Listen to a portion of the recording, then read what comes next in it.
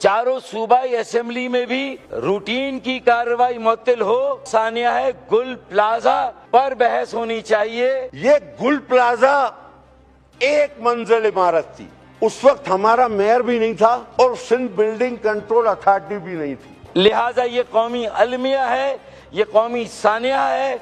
सबसे पहले इसे कौमी सानिया और कौमी अलमिया डिक्लेयर किया जाए। अल्ताफ हुसैन का गनमैन गोगा ये एक मंजिला इमारत को जबरन उसने 2 मंजिला, फिर 3 मंजिला, फिर 4 मंजिला, फिर बेसमेंट खत्म करके गोडाउन बनाए।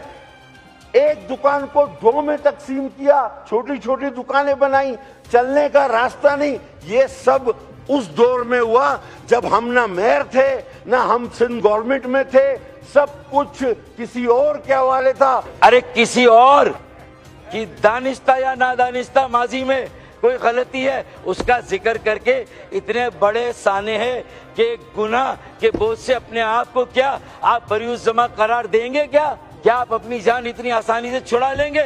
इतने सानेहात का जिक्र किया। आग यहाँ लगी इतने लोग मरे, आग यहाँ लगी इतने लोग मरे, आग यहाँ लगी इतने लोग मरे। मुझे ये बताया जाए कि कराची में आग लगने का सबसे बड़ा सानिया कौन सा था? जिक्र ही कोई नहीं। 360 ये भूल गए थे या जानबूझ के जिक्र करना नहीं चाह रहे थे या चोर की दाढ़ी में तिनका था? अरबों रुपयों का नुकसान हुआ है स्पीकर साहब। किसी ना किसी को तो जिम्मेदारी लेनी होगी कि आपके फायर ब्रिगेड भी टूटी हुई सड़कों से गुजर कर पहुंच रहे हैं। फिर जो बाउजर हैं यानी 1 घंटे बाद फायर ब्रिगेड पहुंचे, कोई 15 मिनट बाद नहीं पहुंचे। वहां के लोगों का आंखों देखा हाल, उनकी चश्मदीद गवाही कहती है कि 1 घंटे बाद पहुंचे। इंसाफ की तकरीर बिल्कुल गलत लगती है और अगर इंसाफ की तकरीर को बिल्कुल ठीक मानता हूं तो फिर कल अरशद वोरा साहब गलत बात कर रहे थे। वो कह रहे थे मैं खराज तहसीन पेश करता हूं फायर ब्रिगेड को जिन्होंने बर वक्त कार्रवाई की। वो कह रहे थे मैं खराज तहसीन पेश करता हूं वाटर बोर्ड को जिन्होंने इतने टाइम में ये काम किया, ट्रैफिक के मसाइल उन्होंने तो सारा कब्जा किया हुआ है कराची की बल्दिया पे। उसके पास जो है वो कराची की मेयरशिप है।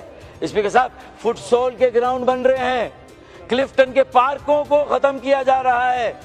उस दौर की निशानी है जो आज आपको आईना दिखा रहा है कि तुमने मेरे साथ क्या किया। आज जो वहां मेरे मासूम 60 या 70 अफराद उस मलबे में दबे हुए हैं, उनकी रूहें बद्दुआ दे रही हैं। उस वक्त आपको 65% देता है। आपने अल्ताफ हुसैन को तो धकेल दिया, उसे बुरा बना दिया, लेकिन उसके फलसफे पर आप आज भी अमल पैरा हैं। कराची के बुनियादी मसाइल को कौन एड्रेस करेगा और कब वहां के बुनियादी मसाइल एड्रेस होंगे?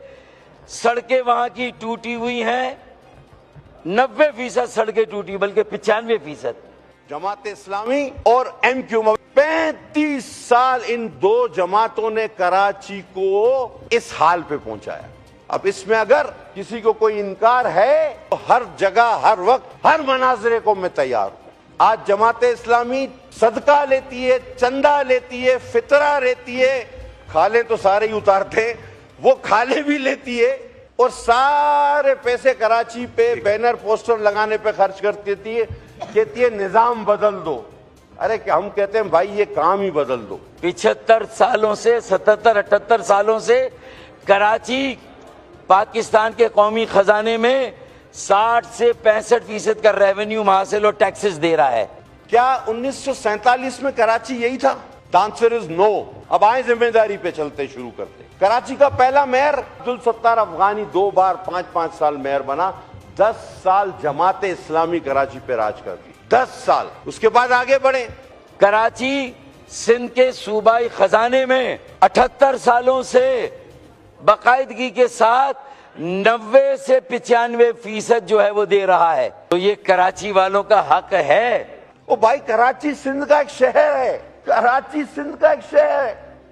आप कहें कि सिंध वफाक को 65% देता है, आप आए हमारे साथ मिलके जो सिंध के हुकूक हैं वो वफाक से मांगे। पाकिस्तान के हर शहरी का हक है कि वो हुकूमत सिंध से भी اور وفاقی حکومت سے بھی یہ سوال کریں کہ کراچی آپ کی ترجیحات میں کہاں پر ہے؟ آپ کہتے ہیں کراچی وفاق کو اتنا، آپ یہ کیوں نہیں کہتے کہ سندھ وفاق کو 65% دے؟ پیپلز پارٹی کے جو قبضہ کیا ہوا ہے کراچی کی بلدیہ پہ، اس کے پاس جو ہے وہ کراچی کی میئرشپ ہے۔ آؤ دھاندلی نہ کرو، لہری جیت کے دکھاؤ، آؤ دھاندلی نہ کرو، کیماڑی جیت کے دکھاؤ۔ اب آپ اپنے بقا کی جنگ لڑیں اور اس جنگ میں ہم ہی آپ کو کام آئیں گے۔ اندھیری غار میں نہ چلے جائیں کہ جس سے آپ واپس نہ آ سکیں۔